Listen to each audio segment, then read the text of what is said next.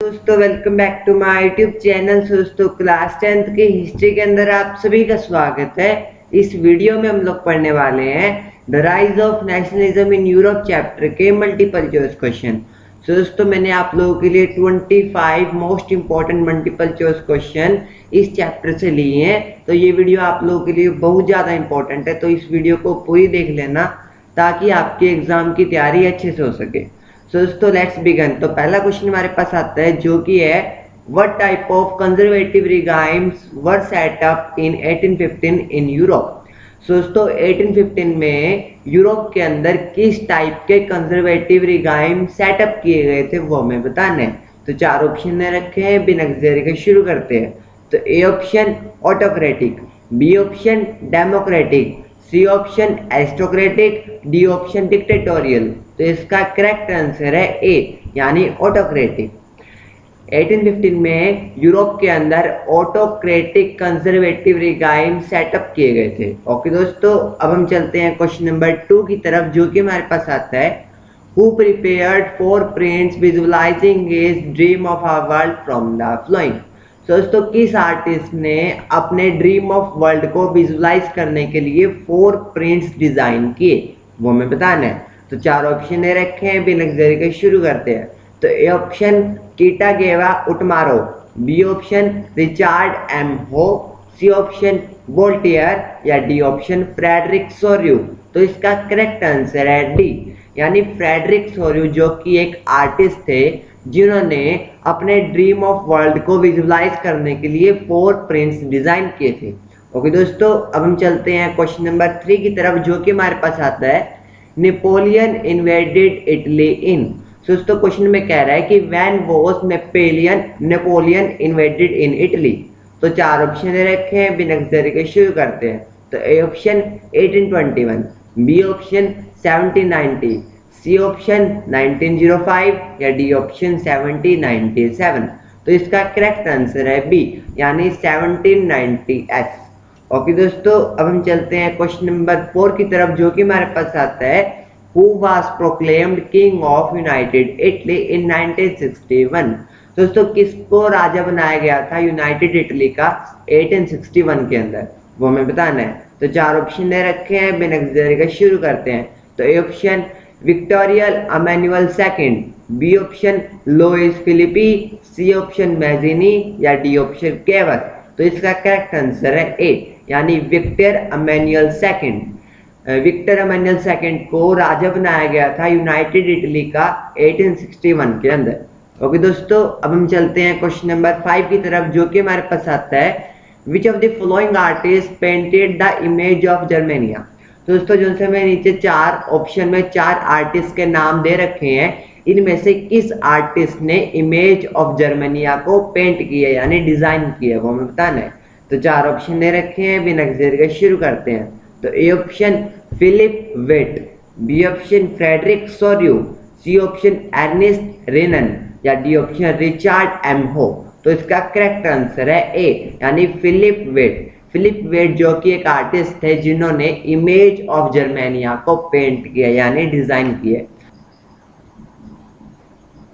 Question number 6 हमारे पास आता है जिसके अंदर हमें दिया हुआ है who said when France sneezes the rest of the Europe catches cold.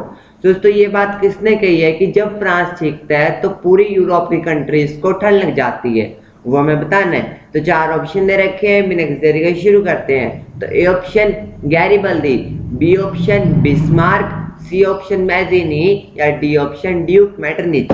तो इसका करेक्ट आंसर है डी यानी ड्यूक मेटरनिच। ड्यूक मेटरनिच ने कहा है कि when France sneezes the rest of the Europe catches cold यानी जब फ्रांस छींकता है तो पूरे यूरोप की कंट्रीज को ठंड लग जाती है।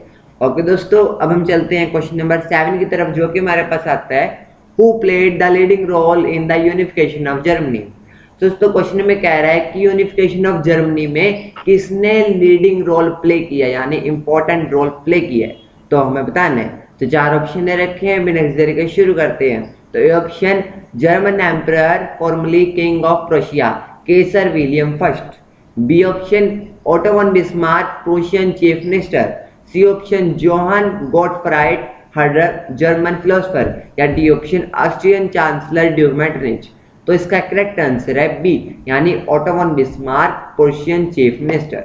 दोस्तों यूनिफिकेशन ऑफ जर्मनी में ओटो वन बिस्मार्क ने एक लीडिंग रोल प्ले किया है और ओटो वन बिस्मार्क एक प्रूशियन चीफ मिनिस्टर भी थे।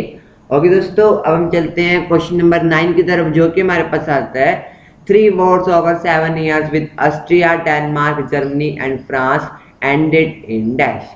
दोस्तों जो से 3 वो लगातार हुई थी ऑस्ट्रिया, डेनमार्क, जर्मनी और फ्रांस के साथ, वो कब खत्म हुई वो हमें बताना है। तो 4 ऑप्शन दे रखे हैं, बिना किसी देरी के शुरू करते हैं। तो A option Danish victory, B option Prussian victory, C option French victory या डी ऑप्शन जर्मन विक्ट्री। तो इसका करेक्ट आंसर है बी, यानी प्रूशियन विक्ट्री। ओके दोस्तों, अब हम चलते हैं क्वेश्चन नंबर 10 की तरफ, जो कि हमारे पास आता है who was proclaimed the emperor of Germany in 1971। किसको जर्मनी का एम्परर घोषित किया गया था 1971 के अंदर, वो हमें बताना है। तो 4 ऑप्शन दे रखे हैं, बिना किसी देरी के शुरू करते हैं। तो A option Otto von Bismarck, B option Victor Emmanuel second, C option Count Cavour या D option Kaiser William first of Prussia. तो इसका करेक्ट आंसर है डी, यानी Kaiser William first of Prussia. Kaiser William को Germany का emperor घोषित किया गया था 1871 के अंदर। ओके दोस्तों, अब हम चलते हैं क्वेश्चन नंबर 11 की तरफ, जो कि हमारे पास आता है which one of the following was not the feature of Napoleon code. तो जो से 4 ऑप्शन दे रखे हैं, इनमें से कौन सा नेपोलियन कोड का फीचर नहीं है वो हमें बताना है। तो 4 ऑप्शन दे रखे हैं, बिना किसी देरी के शुरू करते हैं। तो A option equality before law, B option universal adult franchise, C option right to poverty या D option privileges based on birth. तो इसका करेक्ट आंसर है डी, यानी प्रिविलेजेस बेस्ड ऑन बर्थ। अब कुछ बच्चे कहेंगे कि इसका आंसर है यूनिवर्सल अडल्ट फ्रेंचाइज, लेकिन इसका आंसर यूनिवर्सल अडल्ट फ्रेंचाइज नहीं है, क्योंकि नेपोलियनिक कोड के अंदर हर बंदे को वोट डालने की इजाजत थी, यानी तो यूनिवर्सल अडल्ट फ्रेंचाइज ऑब्वियसली उसमें फॉलो हो रहा है। तो इसका करेक्ट आंसर होएगा डी, यानी privileges based on birth. Okay दोस्तों, अब हम चलते हैं क्वेश्चन नंबर 12 की तरफ, जो कि हमारे पास आता है who hosted the treaty of Veena. Treaty of Veena को किसने होस्ट किया था वो हमें बताना है। तो 4 ऑप्शन दे रखे हैं, बिना किसी देरी के शुरू करते हैं। तो A option Frederic Sorrieu, B option Victor Emmanuel, C option Duke Metternich या डी ऑप्शन जूसेप्पी गैरिबल्दी। तो इसका करेक्ट आंसर है सी, यानी ड्यूक मेटरनिच। ड्यूक मेटरनिच ने ट्रीटी ऑफ वीना को होस्ट किया था। ओके दोस्तों, अब हम चलते हैं क्वेश्चन नंबर 13 की तरफ, जो कि हमारे पास आता है the political and constitutional changes brought about by the French revolution were. दोस्तों जो था फ्रेंच रिवॉल्यूशन था, वो किस किस टाइप के पॉलिटिकल और कॉन्स्टिट्यूशनल चेंजेस लाया वो हमें बताने हैं। तो 4 ऑप्शन दे रखे हैं, बिना किसी देरी के शुरू करते हैं। तो ये option it ended the absolute monarchy. दोस्तों जो सी एब्सोल्यूट मोनार्की थी वो खत्म हो चुकी थी। B option it transferred power to a body of the French citizen. जो सी पावर थी वो फ्रेंच सिटीजन के पास चली गई थी। C option it proclaim that henceforth people would constitute the nation and shape its destiny। और D option all of the above. तो इसका करेक्ट आंसर है डी, यानी ऑल ऑफ द अबव। ये जो से ऊपर के 3 ऑप्शन है ए बी सी, ये तीनों ही करेक्ट है। ओके दोस्तों, अब हम चलते हैं क्वेश्चन नंबर 14 की तरफ, जो कि हमारे पास आता है व्हाट डज एब्सोल्यूट मीन। दोस्तों क्वेश्चन में कह रहा है कि एब्सोल्यूट का क्या मीनिंग होता है हमें बताना है। तो 4 ऑप्शन दे रखे हैं, बिना किसी देरी के शुरू करते हैं। तो A option philosophy, B option theory, C option monarchial government या डी ऑप्शन पेंटिंग। तो इसका करेक्ट आंसर है सी, यानी मोनार्कियल गवर्नमेंट। एब्सोल्यूट का मीनिंग होता है मोनार्कियल गवर्नमेंट। अब हम चलते हैं क्वेश्चन नंबर 15 की तरफ, जो कि हमारे पास आता है the first clear expression of nationalism came with dash. दोस्तों जो सा फर्स्ट क्लियर एक्सप्रेशन था नेशनलिज्म का, वो किसके साथ आया वो हमें बताना है। तो 4 ऑप्शन दे रखे हैं, बिना किसी देरी के शुरू करते हैं। तो A option the American revolution, B option the French revolution, C option the Russian revolution, D option the industrial revolution. तो इसका करेक्ट आंसर है बी, यानी द फ्रेंच रिवॉल्यूशन। जो फर्स्ट क्लियर एक्सप्रेशन था नेशनलिज्म का, वो फ्रेंच रिवॉल्यूशन के साथ आया। ओके दोस्तों, अब हम चलते हैं क्वेश्चन नंबर 16 की तरफ, जो कि हमारे पास आता है what does a blindfolded woman carrying a pair of weighing scale symbolize. तो ये क्वेश्चन थोड़ा डाउटफुल है, वैसे इसका आंसर जस्टिस है, लेकिन एक बार आप अपने टीचर से कंसर्न कर लेना है इस क्वेश्चन के बारे में। बाकी मेरी तरफ से इसका आंसर जस्टिस है। तो 4 ऑप्शन इसमें हमें दे रखे हैं, पीस, इक्वालिटी, जस्टिस, लिबर्टी। तो इसका करेक्ट आंसर मेरे मुताबिक है सी, यानी जस्टिस। अब हम चलते हैं क्वेश्चन नंबर 17 की तरफ, जो कि हमारे पास आता है, what was the main intention behind treaty of Veena of 1815। दोस्तों जो से ट्रीटी ऑफ वीना थी 1815 के अंदर पब्लिश हुई थी, उसके पीछे का मेन इंटेंशन क्या था वो हमें बताना है। तो 4 ऑप्शन दे रखे हैं, बिना देरी के शुरू करते हैं। तो A option restore republics, B option restore democracy, C option restore monarchies, या D option none of the above. तो इसका करेक्ट आंसर है सी, यानी रिस्टोर मोनार्की। मोनार्की को वापस लाने के लिए ट्रीटी ऑफ वीना को पब्लिश किया गया था, यानी उसको लाया गया था। ओके दोस्तों, अब हम चलते हैं क्वेश्चन नंबर 18 की तरफ, जो कि हमारे पास आता है, who was proclaimed German emperor after it's unification. दोस्तों यूनिफिकेशन के बाद किसको जर्मन का एम्परर घोषित किया गया था, यानी प्रोक्लेम किया गया था, वो हमें बताना है। तो 4 ऑप्शन दे रखे हैं, बिना देरी के शुरू करते हैं। तो A option the Prussian king William first, B option the French king Louis Philippe, C option Victor Emmanuel second, या D option none of these. तो इसका करेक्ट आंसर है ए, यानी the Prussian king William first. The Prussian king William first को German का emperor घोषित किया गया था जब जर्मन यूनिफाई हो चुका था। ओके दोस्तों, अब हम चलते हैं क्वेश्चन नंबर 19 की तरफ, जो कि हमारे पास आता है, what did Germania symbolize. Germania किस चीज को सिंबलाइज करता है वो हमें बताना है। तो 4 ऑप्शन दे रखे हैं, बिना देरी के शुरू करते हैं। तो A option French nation, B option German nation, C option British nation, या D option none of the above. तो इसका करेक्ट आंसर है बी, यानी जर्मन नेशन। जो जर्मेनिया है वो जर्मन नेशन को सिंबलाइज करते हैं। ओके दोस्तों, अब हम चलते हैं क्वेश्चन नंबर 20 की तरफ, जो कि हमारे पास आता है, हु वाज जूसेप्पे मज़ेनी, यानी जूसेप्पे मज़ेनी कौन थे वो हमें बताना है। तो 4 ऑप्शन दे रखे हैं, बिना देरी के शुरू करते हैं। तो A option French revolutionary, B option Italian revolutionary, C option Russian revolutionary, या D option none of the above. तो इसका करेक्ट आंसर है बी, यानी इटालियन रिवोल्यूशनरी। जो जूसेप्पे मज़ेनी थे वो इटालियन रिवोल्यूशनरी थे। ओके दोस्तों, अब हम चलते हैं क्वेश्चन नंबर 21 की तरफ, जो कि हमारे पास आता है, name the custom union form by the Prussia to abolish tariff barrier. Tariff barrier को एब्लिश करने के लिए कौन कौन से कस्टम यूनियन फॉर्म हुए प्रोशिया के अंदर, वो हमें बताना है। तो 4 ऑप्शन दे रखे हैं, बिना देरी के शुरू करते हैं। तो ए ऑप्शन एली, B option Zollverein, C option जुएबिकेन, या डी ऑप्शन ला पैट्रिक। तो इसका करेक्ट आंसर है बी, यानी जोल्वरिन। अब हम चलते हैं क्वेश्चन नंबर 22 की तरफ, जो कि हमारे पास आता है, what did Das वोल्क stand for.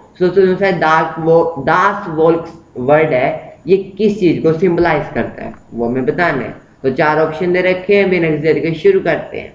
तो A option democracy, B option factory workers, C option slum dwellers, या डी ऑप्शन कॉमन पीपल। तो इसका करेक्ट आंसर है डी, यानी कॉमन पीपल। जो सा ये दास वोल्क वर्ड है, ये कॉमन पीपल को सिंबलाइज करता है। ओके दोस्तों, अब हम चलते हैं क्वेश्चन नंबर 23 की तरफ, जो कि हमारे पास आता है, which of the following is true with reference to romanticism. दोस्तों से 4 ऑप्शन दे रखे हैं, इनमें से कौन सा रोमांटिज्म को रेफर करता है, यानी रोमांटिज्म जैसा है। इन 4 ऑप्शनों में से वो हमें बताना है। तो 4 ऑप्शन दे रखे हैं, बिना देरी के शुरू करते हैं। तो ये option concept of government by consent, B option freedom of market, C option cultural movements, या D option freedom of an individual. तो इसका करेक्ट आंसर है सी, यानी कल्चरल मूवमेंट। जो सा कल्चरल मूवमेंट वर्ड है, ये रोमांटिज्म को रेफर करता है, यानी रेफरेंस है उसका। तो ये हमारा करेक्ट आंसर है सी। अब हम चलते हैं क्वेश्चन नंबर 24 की तरफ, जो कि हमारे पास आता है, who were the Junkers. Junkers कौन थे। तो 4 ऑप्शन दे रखे हैं, A soldier, B option large land owner, C option aristocracy, D option nobility. तो इसका करेक्ट आंसर है बी, यानी large land owners. Junkers large land owners थे। अब हम चलते हैं क्वेश्चन नंबर 25, यानी लास्ट क्वेश्चन की तरफ, जो कि हमारे पास आता है, which one of the following areas was the most serious source of nationalist tension in Europe after 71। वो हमें बताना है। तो क्वेश्चन पढ़ते ही आपको क्वेश्चन समझ में आ गया होगा, तो इसको एक्सप्लेन करने की जरूरत ही नहीं है। तो 4 ऑप्शन में दे रखे हैं, the Balkans, B Great Britain, C option Italy या डी ऑप्शन जर्मनी। तो इसका करेक्ट आंसर है ए, द बल्कान्स। ओके दोस्तों, तो ये थे 25 most important multiple choice question. उम्मीद है आपको सभी के सभी क्वेश्चन अच्छे समझ आए होंगे। अगर किसी भी क्वेश्चन में कोई भी डाउट हो तो मुझे कमेंट कर देना, मैं उसका रिप्लाई कर दूंगा। तब तक के लिए मिलते हैं नेक्स्ट वीडियो के अंदर, और चैनल को सब्सक्राइब कर देना, लाइक कर देना। बाय बाय गाइस, जय हिंद, जय भारत।